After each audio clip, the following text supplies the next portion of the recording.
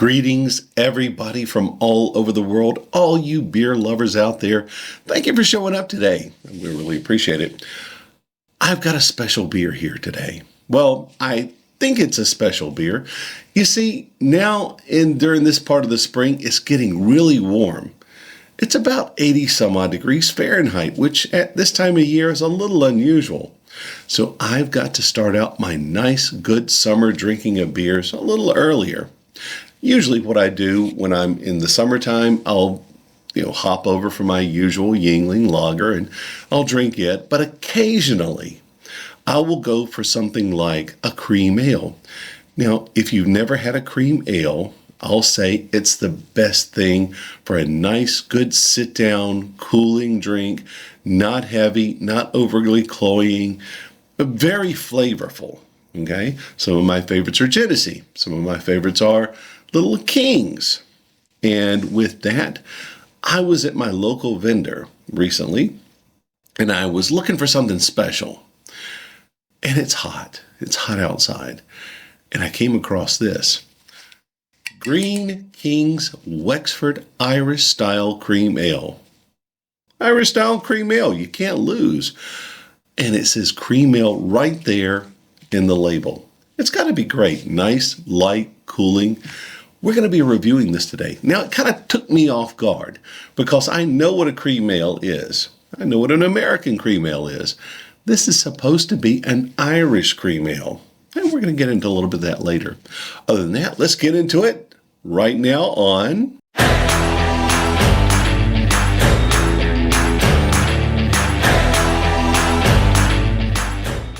So as I was researching this specific beer here, I came across some interesting facts. Well, first of all, I'm not going to go too much into the history of Greene Kings, even though it is quite impressive. Apparently, Greene Kings owns a lot of pubs and a lot of brands in the UK. Old Speckle Hen for one. I'm not going to go too much into the history of that, but I will go into the history of this specific style of cream ale. Now, it differs a little bit from American style cream ale, the Genesee, the Little Kings, and so forth, or really anything you can get from anybody else, maybe a small brewer. At this point, I wanted to go through a little bit about what it is to prepare myself, because again, it did take me off guard. It's not my usual thought for a cream ale. But then again, now, this is right off their website, and it says, "Don't be alarmed if this beer opens with a bit of enthusiasm." You'll be surprised. Wexford uses a pressurized nitro widget. It's a little bitty device in there with nitrogen in it. A popular feature among some British and Irish beers that are often referred to as cream ales due to the nitro smoothness. Basically what happens is that nitro gives it a little bit of a creaminess. Not to be confused with American cream ales. That part right there took me by surprise, which are a different style. Definitely poured this one into a glass to observe the rich, dense, light beige mousse, a very persistent nitrogen foam that forms atop this deep reddish amber brew. Deep reddish? Okay, it is definitely a different style from the American. On the nose, look for hints of caramel malts as well developed notes of apple and stone fruits like peaches and pears and so forth. Hints of vanilla, impressions of graham cracker. Okay, so we've got a little bit of a breadiness to it. And light touches of earthy and lightly herbal hops. Okay, cool deal. You can eat it with pretty much anything, and especially since it's an Irish cream, or since it's a cream ale for that matter, it goes well, it says, with things like roasted fowl, turkey sandwiches, fish and chips, shepherd's pie, baked beans, and so forth. I used to drink Little King's cream ale at a place called Little King's, and it was a sandwich shop, and we used to eat, the sandwiches, the hoagies and stuff like that were there.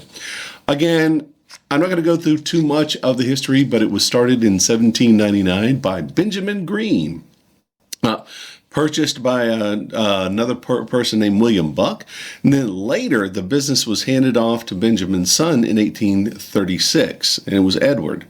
Now, this is from Bury St. Edmunds, Suffolk, England. Okay, so it's really not that much of a Irish, but it's the Irish style. Now, it goes on a little bit more. There was a man named Frederick King who actually bought that and merged the name Greene, okay, from Benjamin Greene and his last name, Frederick King. So Greene's or Greene King's Ales. And they actually have gone through a number of different mergers with a number of different breweries, Marston's and Abington's. They now own in Scotland's Belhaven Brewery. I've had some Belhaven, it's all good stuff there. Have gone through and have gotten some of the great beers that you probably heard of. Old Speckled Hen and Tanner's Jack. Nice. I've had Old Speckled Hen before. Anyhow, enough of that history right there. You're going to hear a little bit more of the history of cream ales, and you're going to hear it right now on Beer Through History. Cream ale is a fascinating, somewhat enigmatic style of beer that sits at the intersection of ale and lager traditions. It boasts a rich history dating back to the late 19th century, primarily originating in North America, particularly in the United States and Canada. What sets cream ale apart is its unique brewing process, resulting in a beer that's both refreshing and flavorful, making it a popular choice among beer enthusiasts. Now, to understand cream ale, it's essential to delve into its brewing techniques. Unlike traditional ales that ferment at warmer temperatures or lagers that ferment at colder temperatures, cream ales utilize a hybrid approach. They're typically brewed with a combination of ale and lager yeast strains, allowing for fermentation at cooler temperatures than most ales, but warmer than typical lagers. This results in a clean, crisp profile with subtle fruity esters from the ale yeast and a smooth finish reminiscent of lagers. One of the defining characteristics of cream ale is its light and approachable nature. It typically has a pale straw to golden color, often with excellent clarity. The aroma is mild, with hints of grainy sweetness, subtle hops, and sometimes a faint fruity note from the yeast.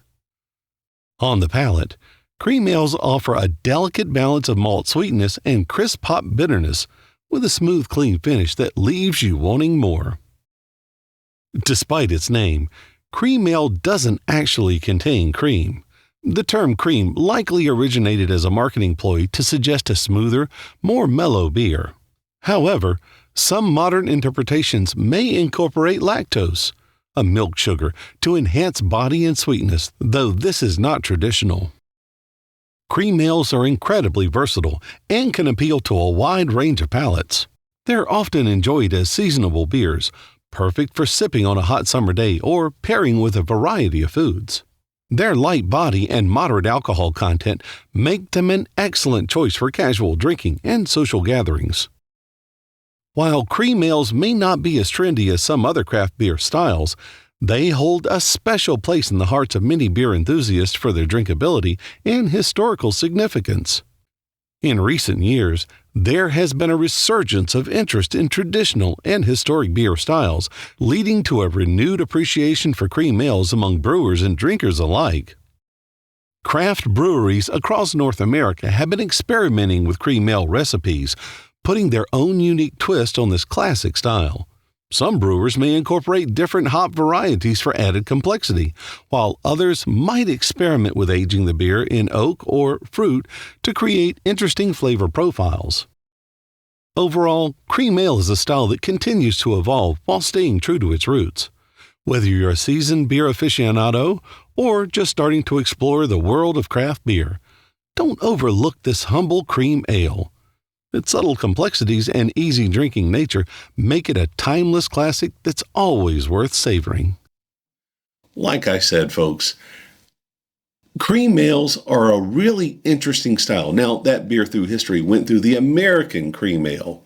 So what we're going to have here is we're going to have what's supposed to be an Irish-style cream ale. Now, from my understanding, this cream ale came from a recipe that was from the Wexford County area in Ireland. I could be wrong. Please don't kill me if I've got that wrong. I'm just reading it off of what I understand. And Greene Kings has taken that recipe and created this beer here, and has done like you would in a lot of pubs. You probably had that with Guinness, where it's nitrogenated or nitro. In America, we'll have a lot of the craft breweries that'll put things on nitro. And that is, of course, infusing it. Since it doesn't have a lot of natural carbonation, it's going to be infused with nitrogen to give it a nice creamy head. And in some cases, and I'm going to say it like this, if you get a really good beer that has a really good nitrogen process to it, it's an amazing sight to see. I may have mentioned this in an earlier episode, but things like Boddingtons, okay, things like Murphy's, whenever they're poured, and especially in nitrogen, and whenever it basically all the gas comes up, it'll separate into different colored layers. I believe if I remember correctly, I was watching a Murphy's that separated into about 4 different shades of nice, beautiful beige separations there. Boddington's did the same thing the first time I tried it. Oh, it was awesome. Anyhow, we're going to see what happens with this one. We're going to go ahead and jump into this. I'm going to try to crack it so you can hear it. And we're going to go through our review process. Now, remember, we do the reviews with the 5 categories of the Beer Judge Certification Program: the aroma, the appearance, the taste, the mouthfeel, and the overall impression. So let's get cracking, literally. So I'm going to go ahead and I'm going to pull it. Now, I'm going to do this quickly because it is going to come through. In fact, I'm going to move my glass here.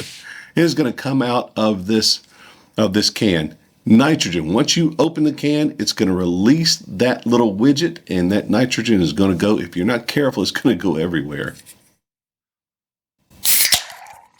I can already hear it. There you go. Now I'm going to pour it slowly because I want to make sure that I don't disturb too much of the nitrogen. And we're going to see this. We're going to watch this develop. Okay. Now, as you notice, it's not got a lot of head to it. It does have, okay, let's see if I can show you this way. It does have the nitrogen infused inside the beer, because naturally, this beer isn't carbonated on its own. It's not carbonated with just the regular yeast or the CO2. This is carbonated naturally with the nitrogen. And so you're going to get this nice creamy head, and it should have, hopefully, separated out a bit. Okay? Now, let's go ahead and put that down, and we're going to take a look at this. It's a beautiful color. Well, I'm going to pull this up again. As you can see, it's a little bit amber. It almost looks like the color of a Yuengling lager, just a standard Yuengling lager. Beautiful, beautiful. Slightly hazy. Okay, nothing that stands out in terms of a cream ale for me. Cream ales to me are really light. They're really light straw. They're very pale. Let's pour a little bit more of that in there. Just messed up the top of the foam. Now, as we can see here, the foam is a beautiful cream.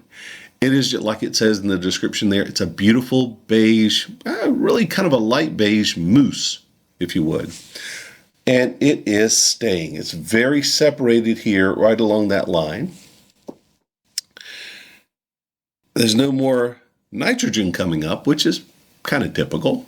The nitrogen doesn't stay in the beer very long. It's going to come up. It's going to go up to the top. It's going to form that head. That head is also going to stay there for a minute. So we may see some beautiful Brussels lace as we take a look at this. Now, this is, of course, the appearance. Okay, that's fine. I would rather show you the appearance now than wait till later and have everything gone, and I'm kind of out of luck. Now, let's talk about the aroma. Now, we're supposed to be smelling things like graham crackers, fruits, stone fruits like peaches and, like peaches, I guess you would say, nectarines, stuff like that. Oh, yeah. Oh, absolutely. I can smell peach. I can smell nectarine. I can smell these stone type fruits. Not necessarily apple, but I am smelling stuff like that. It's caramel, yes.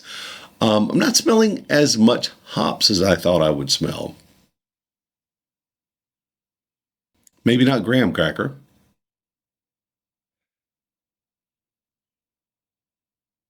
Maybe a little bit of cherry in there. Okay.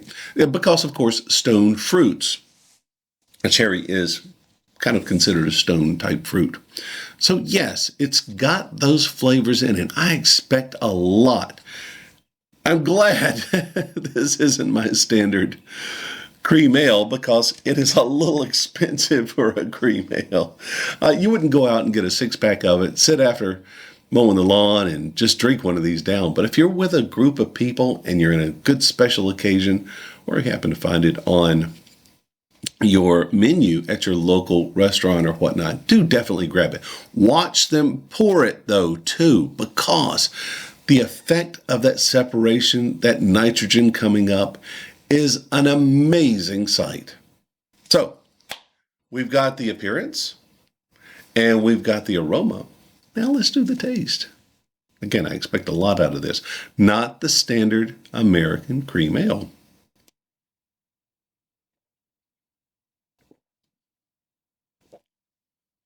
I can taste the fruit. I mean, the maltiness. What am I tasting actually? Almost a pear, which is not necessarily a stone fruit. It's like an apple. So it's got seeds in it.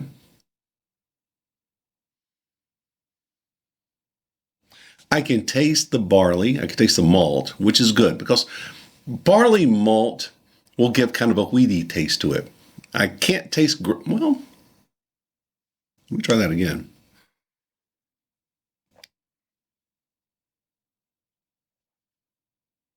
Okay, a little bit of graham cracker, a little bit of that wheaty taste to it. I think that's the barley uh, bouncing off that fruity ester that what the yeast gives. Maybe it is the yeast that is giving that flavor profile of the fruit, the esters. I'm trying to determine that too. Yeah. Okay. So I am getting on the back end a little bit more of that toasty, that graham crackery flavor, but definitely caramel, definitely malt, not as much hops. And that's what they were saying. You're not going to get an incredible amount of hops, even though you know it's there. But that fruit hits you great. It really does. Pear. I'm not tasting peach as much, but pear. I'm tasting pear. Maybe a slight bit of apple.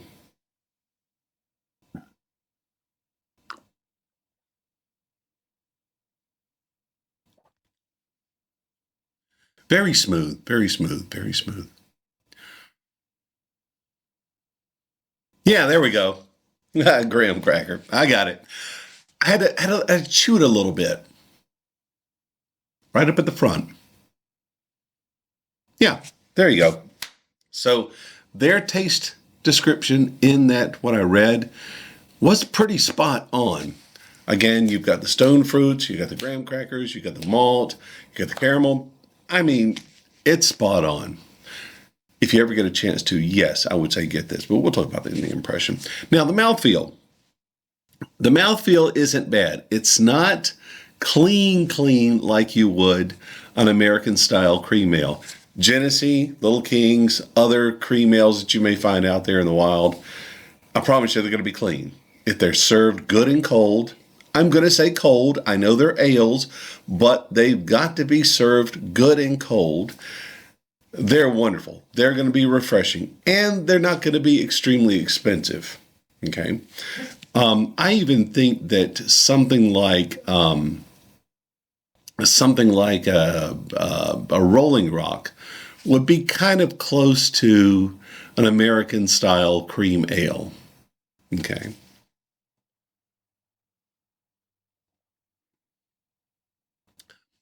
Not carbonated at all, not naturally carbonated at all. Now, we've already explored that because we know that it's nitrogen.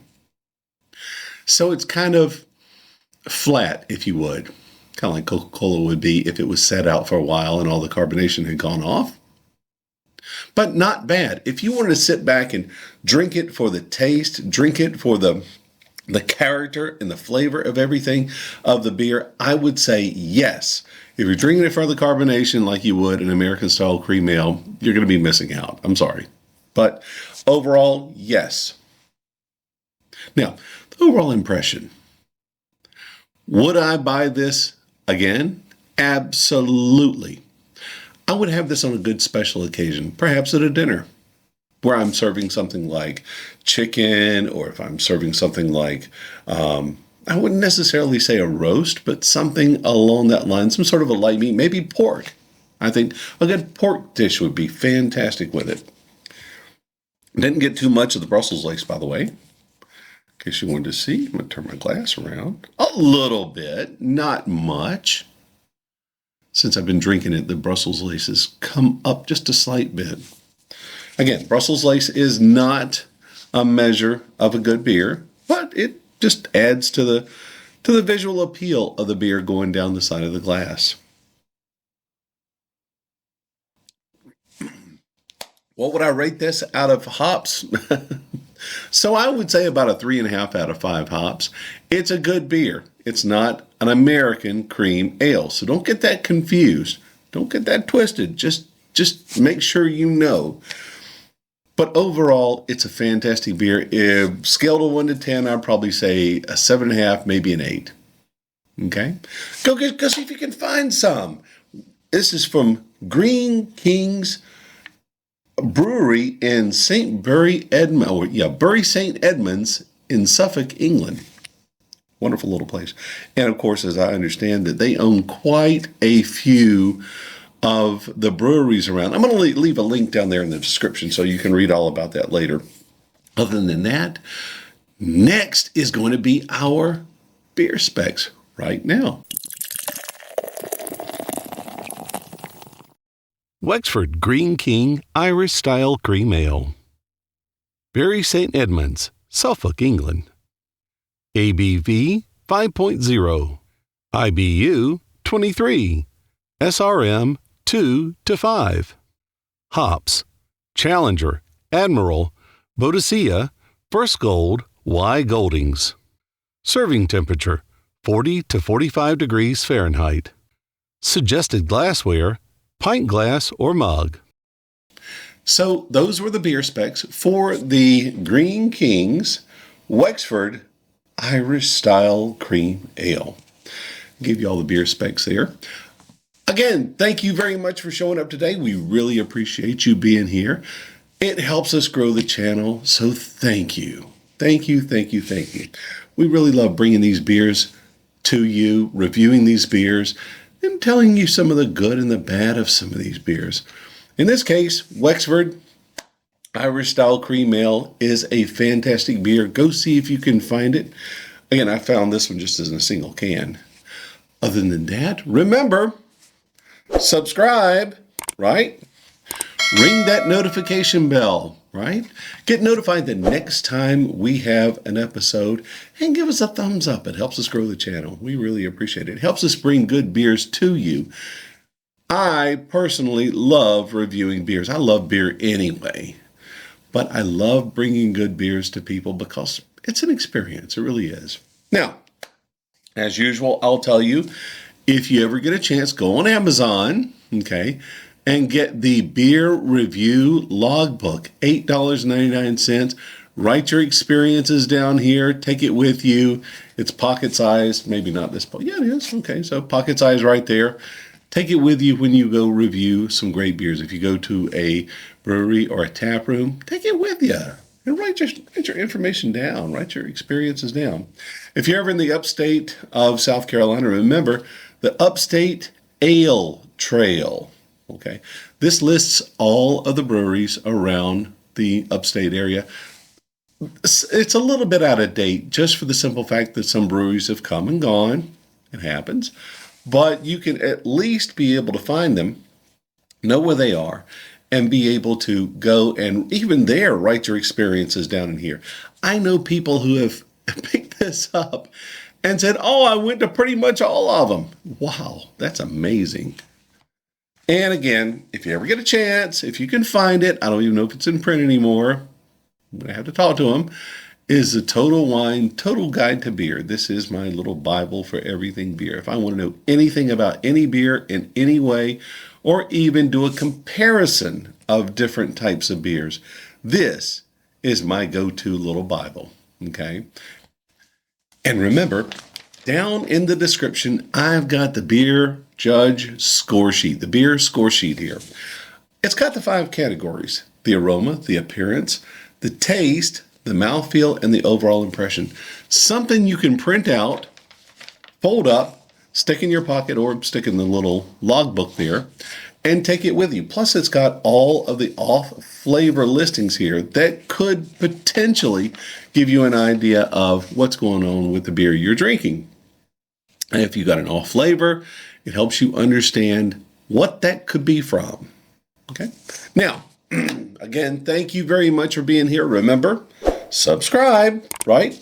Ring that notification bell. Make sure you're notified the next time we have an episode out of our next beer. Thank you for being here. We really appreciate it. Give us some love. Give us some thumbs up here. It helps us grow the channel. It helps us bring you the beers. Because if we don't have any people listening, we are watching, then we can't bring you the beer. But that said, I definitely want to say again, thank you.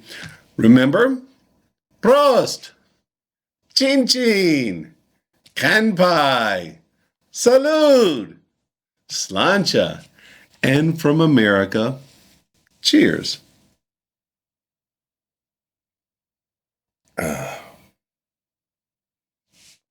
Still has a beautiful head to it. I should have kept the Slancha for the last one since it's Irish. But anyway, thank you very much. Peace, love, and beer.